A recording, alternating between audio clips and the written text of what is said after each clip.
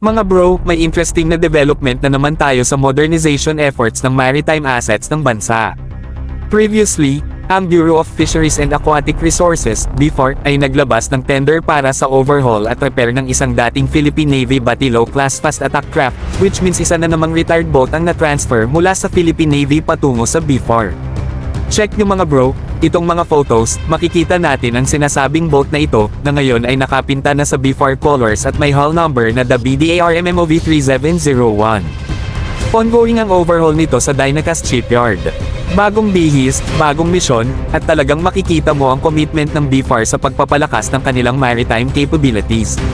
Pero mga bro, may isang malaking pagbabago. Tinanggal na ang main gun ng dating fast attack craft, at inaasahan natin na light machine guns na lang ang ilalagay para sa self-defense ng boat.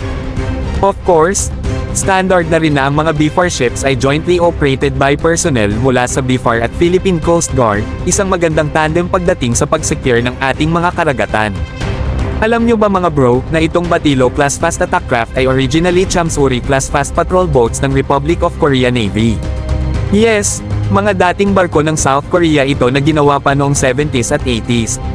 Ibang klase no? Several units ng mga ito ay na-transfer sa Philippine Navy noong 1990s, at ang huling unit ay na-decommission lang ilang taon pa lang ang nakakalipas.